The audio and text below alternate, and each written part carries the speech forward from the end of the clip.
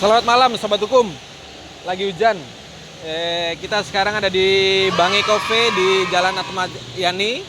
Kali ini kita akan review makanan dan minumannya. Sekalian kita bahas hukum pidana yang kemarin saya janjikan. Makanya jangan lupa subscribe, bunyikan lonceng di bawah, like dan komen video ini. Yuk, dalam.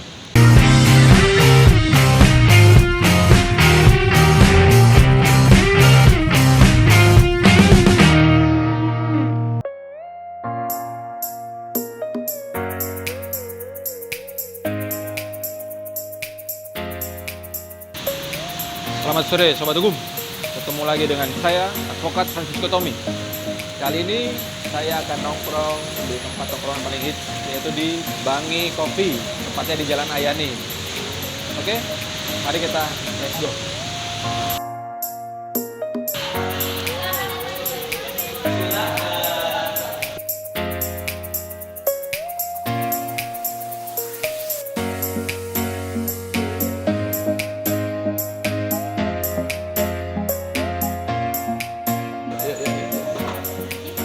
Di atas. Halo guys. Rakyat. Halo guys, sekarang kita lagi mau pesen di Bangi Coffee. Mbak-mbaknya cantik nih.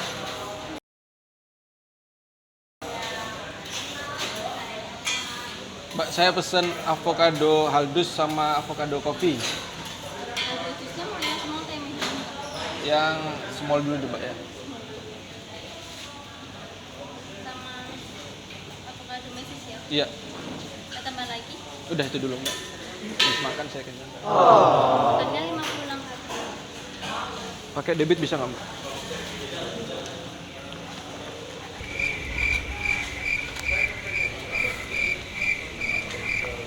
Ini kalau yang lagi bayar gue lagi bayar.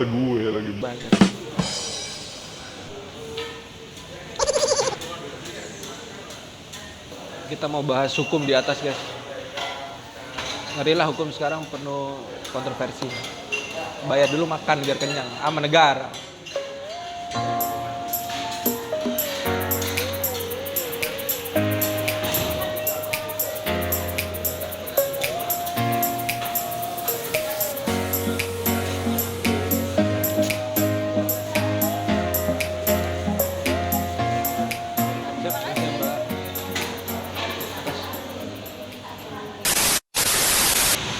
Selamat sore lagi Sobat Hukum.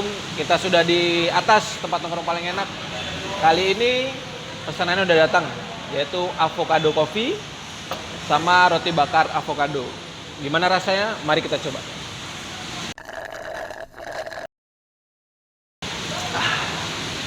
Aman negara. Untuk rotinya sembari join kali sama teman saya dari Surabaya, advokat juga. Kita panggil bareng-bareng Mas Rayu. Sore Mas. Sehat. Kenalin dulu sama Sobat Hukum di YouTube kita nih. Oke, halo Sobat Hukum, aku Rayu, advokat dari Surabaya. Piye kabar Mas? Api bos. Yes, ini.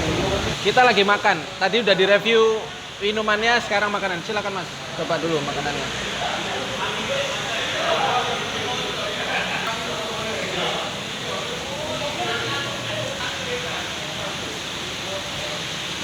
Mantap. Enak. Aman negara. Ini Mas Rayu, kita kemarin sempat bahas kasus pidana di channel sebelumnya. Ikutin, makanya jangan lupa subscribe, komen, bunyikan lonceng di bawah, dan like video ini. Terkait ini Mas Rayu, terkait pidana perampasan sama pencurian, kalau apa itu leasing tuh. Sebelumnya kalian udah tahu belum pidana?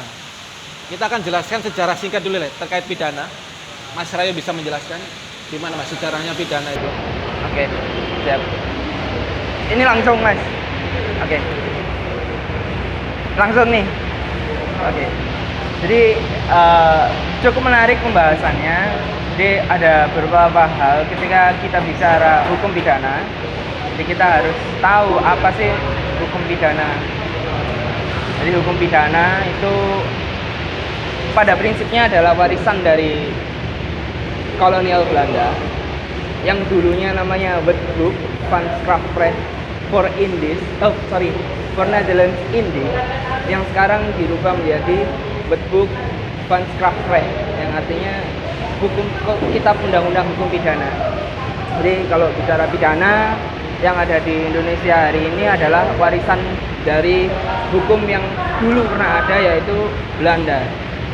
Jadi sepanjang kita menjadi orang hukum di Indonesia, berarti kita tidak boleh melepaskan jati diri hukum kita yang dulu. Terkait leasing, berarti di situ ada unsur kesalahan. Itu ada unsur kesalahan, ada unsur kriminal mungkin, dan mungkin ada perbuatan yang salah. Jadi kalau bicara hukum pidana itu jelas Bung Tommy dijelaskan kalau ada yang namanya 3 pilar hukum pidana. Yang pertama adalah perbuatan hukumnya, perbuatan pidana. Yang kedua adalah soal pertanggungjawaban pidananya.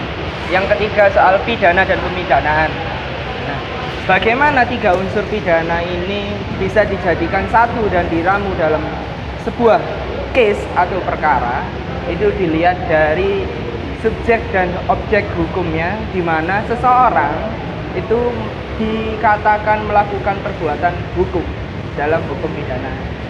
Nah, menurut Bung Tommy, dari 3 unsur pidana tadi, seseorang bisa nggak dinyatakan sebagai tersangka atau sebagai terdakwa sebelum memenuhi 3 unsur atau 3 pokok pilar pidana tadi? Oke Mas Rayo. Jadi penjelasan kalau di pidana itu ada step-step yang harus dilalui.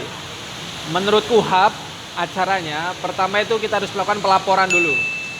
Setelah pelaporan ada nanti namanya penyelidikan. Setelah penyelidikan ada nanti namanya penyidikan. Setelah terpenuhi unsur materialnya, kemungkinan nanti akan naik jadi tersangka. Setelah tersangka nanti akan naik menjadi terdakwa. Setelah itu terpidana. Oh iya sobat hukum, orang yang dilaporkan tindakan pidana belum tentu bersalah.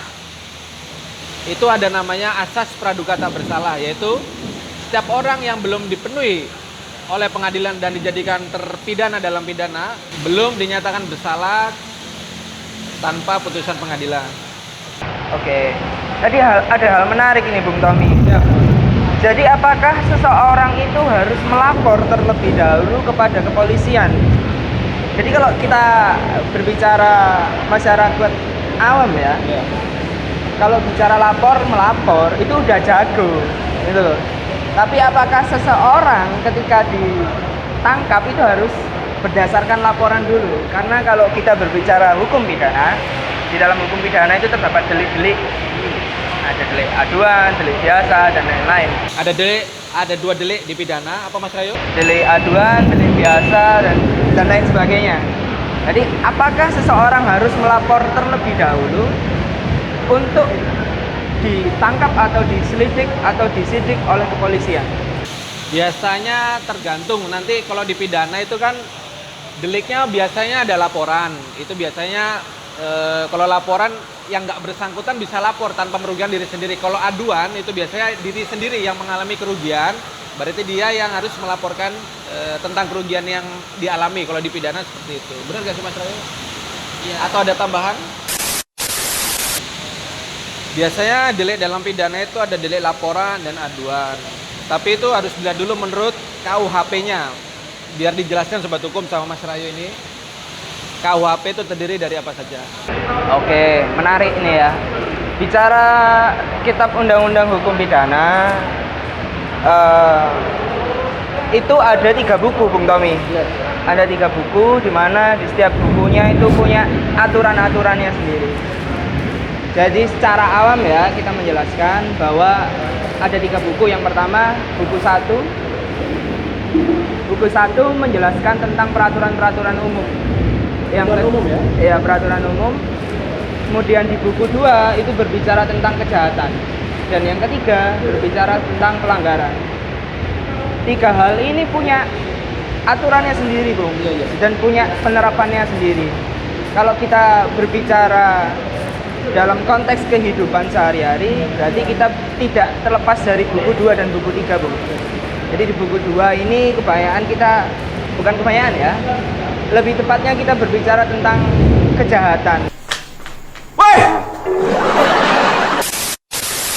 Kadang ketika polisi atau pejabat itu melakukan tugasnya dalam penegakan hukum, itu tiba-tiba polisi itu menangkap seseorang tanpa adanya bukti permulaan yang cukup.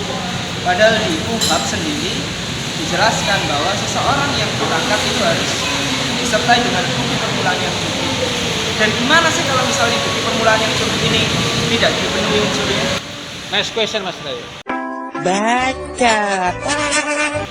Biasanya kalau polisi atau instansi yang berwenang menangkap tanpa ada surat tugas dan tidak ada dasar bukti permulaan yang cukup, kita biasanya sebagai advokat, satu langkah yang pasti kita lakukan adalah melakukan pra-peradilan.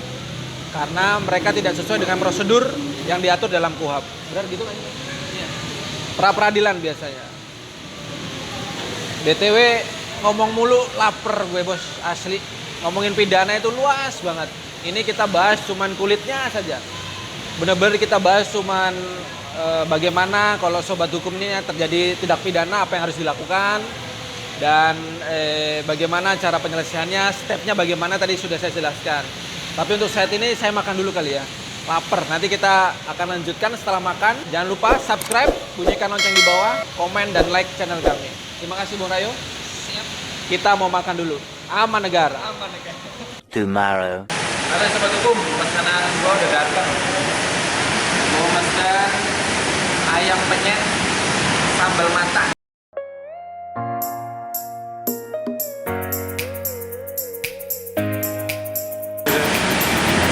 Mantap.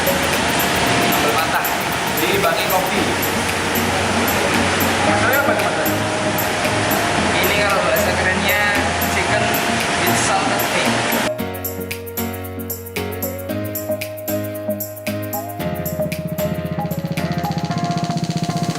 Atau kalau bahasa Jawanya ayam dok asin. Ayam dok asin. Oke, kita makan dulu supaya perkara berjalan dengan baik, harus terus dengan dulu. Maka kita melakukan mudah, cara ada, nanti selesai, aman negara.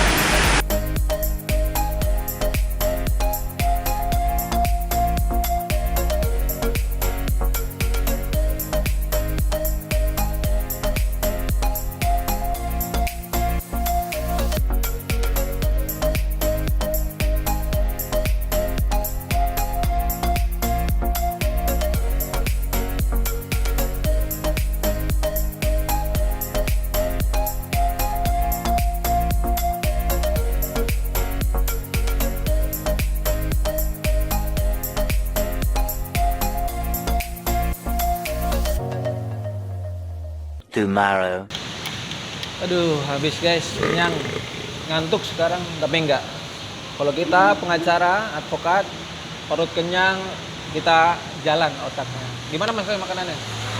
Nggak salah di sini. Gak salah, Bangi Kopi. Enak banget makanannya, kenyang, aman negara. Oke sobat hukum, tadi sempat sebelum makan kita bahas terkait pra-peradilan. Itu biasanya pra-peradilan karena tidak sesuai prosedur dalam menjalankan di KUHP-nya nggak sesuai lah, makanya bisa di pra-peradilan. Gimana Mas Ray, penjelasan singkatnya pra-peradilan? Singkat ya, singkat, padat dan jelas. Yes. Jadi kalau berbicara pra-peradilan Iya, itu iya. berbicara tentang sah atau tidaknya suatu penetapan tersangka. Jadi kalau berbicara penetapan tersangka itu banyak prosedur. Yang paling sering digunakan adalah prosedur awal, di mana ketika seseorang dinyatakan seseorang diduga melakukan perbuatan pidana dan ditetapkan jadi tersangka di kepolisian berdasarkan pemeriksaan awal mulai dari saksi, pemberkasan awal sebagai saksi, kemudian dia ditetapkan jadi tersangka, kemudian di BAP bisa jadi tersangka. Di situ banyak hal-hal substansial dan prosedural yang dilanggar. Contoh sederhana Bung Tommy. Yes. Seperti halnya penangkapan. Penangkapan itu banyak kepolisian itu tidak melakukan prosedur yang benar. Contohnya seperti apa? Ketika melakukan penangkapan tanpa adanya surat izin dari atasan ataupun pengadilan. Jadi Langsung ditambal. ringkus saja itu tidak boleh sebetulnya. Karena kan memang polisi itu harus ada bukti permulaan yang cukup. Tapi bukti saja tidak bisa Bung Tommy. Yes. Harus ada surat perintahnya lah, ibaratnya legalnya lah. Kamu berbuat itu ya harus ada dasarnya, nggak bisa semena-mena. Jadi untuk rekan-rekan, kawan-kawan penikmat video ini, gunakan advokat. Karena ketika kita berbicara proses peradilan, situ ada dua hak dan dua hal yang harus diketahui. Pertama, advokat akan membantumu berperang. Janganlah kamu berperang sendiri di pengadilan. Yang kedua, advokat tidak melulu tentang bayaran. Karena kita punya prinsip, hendaklah keadilan dijunjung tinggi, meskipun langit itu akan runtuh. Dan yang terpenting adalah kalian punya hak. Haknya apa? Hak didampingi oleh advokat dan hak untuk disediakan advokat dari negara. Jadi di Bung Tommy, jangan biarkan orang-orang ini sendirian ketika ada ketika dia terjerat kasus hukum. Iya, karena Indonesia ini kadang orang juga ngerti, kadang orang juga tidak diberitahu. Jadi ya itu. Gunakan advokat dari awal. Jangan, ya sebenarnya kita handle prosesnya sampai mana bisa, tapi lebih baik dari awal konsul sama advokat pilihan Anda yang Anda percaya. Kita akan handle dari awal.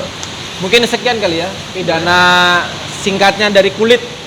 Kalau ada salah kata, salah penjelasan, salah pengertian apapun itu kita masih harus belajar. Kami semua mohon maaf. Untuk video selanjutnya akan saya lanjutkan, tapi jangan lupa subscribe, klik lonceng di bawah, komen, dan like. Demikian dari Bangi Coffee, Surabaya. Terima kasih, salam. Aman negara.